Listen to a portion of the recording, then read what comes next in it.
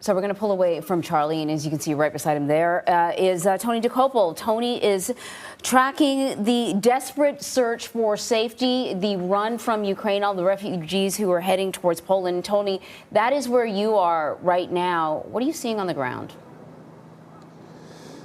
Hey, Anne-Marie. I'm in Medica, Poland, so close to the Ukrainian border. Our cell phones keep going back and forth in terms of the time zones and the signal. The border is just about 100 yards that way. And behind me, the story of the humanitarian crisis here is unfolding in real time. Those are new arrivals. That is a live picture of new arrivals into Poland, Ukrainian refugees taking their first steps into this country, into safety. And what they want to do when they get here after journeys that are sometimes 700 miles long. We met a family today from Kharkiv, one of the first cities to fall to the Russians, is they want warmth. They want a place to sit down. You can't see it in the shot right now, but there's a big white tent, very popular. It's got heaters, and it's a place where people kind of thaw out before figuring out the next stage of their journey. The question they all have is how long before it ends in Ukraine and they can go back home. So after they get warm, after they take a seat, they go to another relief center, and what people do there is they charge their phone. There are 2 free stations for updated SIM cards, so your phone will work here in Poland. That's important. And then what do? They call back home, because the people here in Poland, 1 million of them at this point, according to Polish officials, half are children, the other half are women, mothers, grandmothers, in some cases even great-grandmothers, because all of the men, virtually all, 18 to the age of 60, have to stay in Ukraine and fight. So they get to the relief center, they make a phone call, they ask, how's it going? And what they want to know is, when will this be over? No one knows the answer. We had heard about a new exodus arriving from Ukraine, but nothing prepared us for the sight of so many people walking out of their homeland. The mothers and grandmothers, the children, so many in their mothers' arms, in strollers, holding hands, some no taller than their family's luggage. And then there were those we saw waiting for their families to arrive, like this woman in red we saw standing alone, desperate for an end to the violence. I love Russian people. I love American people. I love every people in the world. Please stop. Not more in the oven, please. Further up the path, a little boy in a dinosaur hat nuzzled into his mother's neck, exhausted after rushing overnight by bus to the border. The day before, his mother said 3 of her friends were shot in the fighting, and that's not all. Hangings, rape, killings. Yes. Another friend was hung, she claims, by the Russians. Another, she told us, was raped. She traveled with almost nothing, but in a box of donations nearby, she found her son a new toy, a little yellow school bus.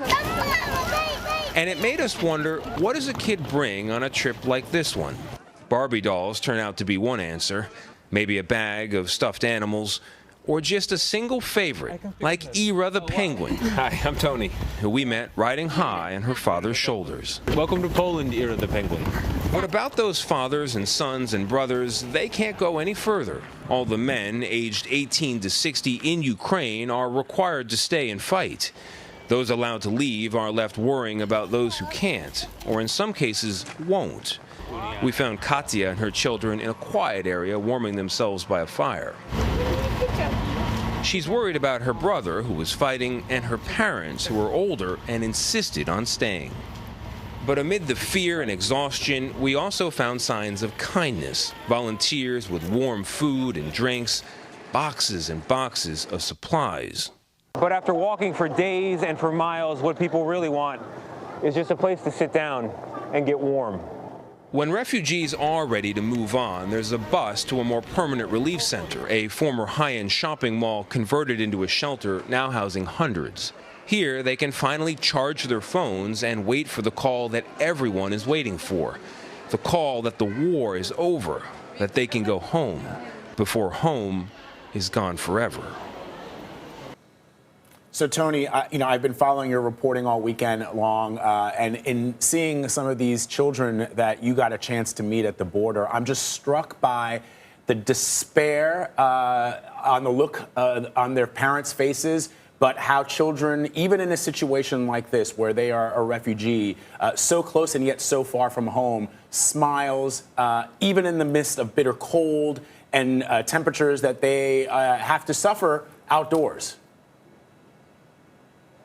Vlad, you really make a great point there. And what's fascinating is the children, if they're not tired, if they're not hungry, if they're not cold, and that is a big if, because we saw kids in all of those conditions and worse. And we heard stories of kids in transit crying, throwing up at times, in deep fear. The anxiety gets them too. But they also are lighter than their parents. And the only reason that they can be that way is because the parents, in this case almost exclusively mothers coming across the border, they are carrying the burden. They are carrying the burden of the situation, the burden of memory of what they left behind. You see it on their faces. You see it physically in them carrying the bags, the heavy luggage, and often carrying the children themselves. And it's the stories that they're not telling the kids, that they're sheltering from the children, sheltering the children from.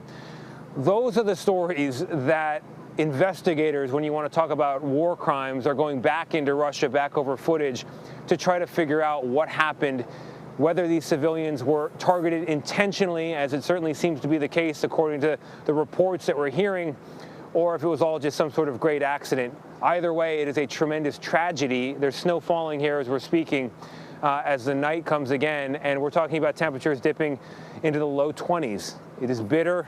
The war is ongoing, and they call this spring, believe it or not, in Poland.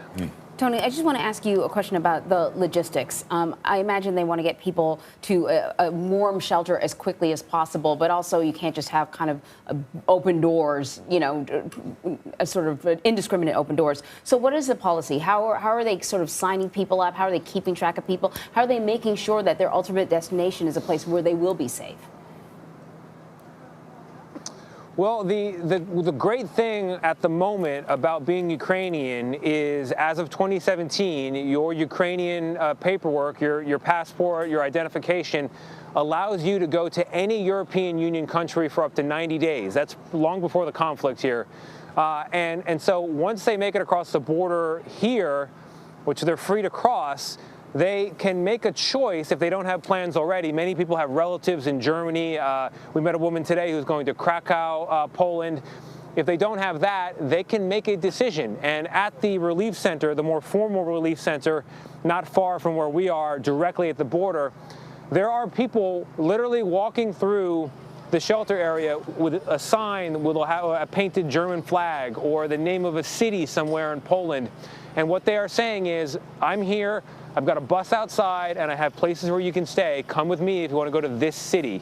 And that decision is the one sitting with all of these refugees, because they want safety, warmth, a bit of stability. But at the same time, they don't want to go too far, some of them, because they're still hopeful that the fighting will end. Diplomacy has failed, sanctions have failed so far, decency has failed. And so we're here in a war situation, but there is still hope that it'll end and end quickly, and they'll be able to go back, guys.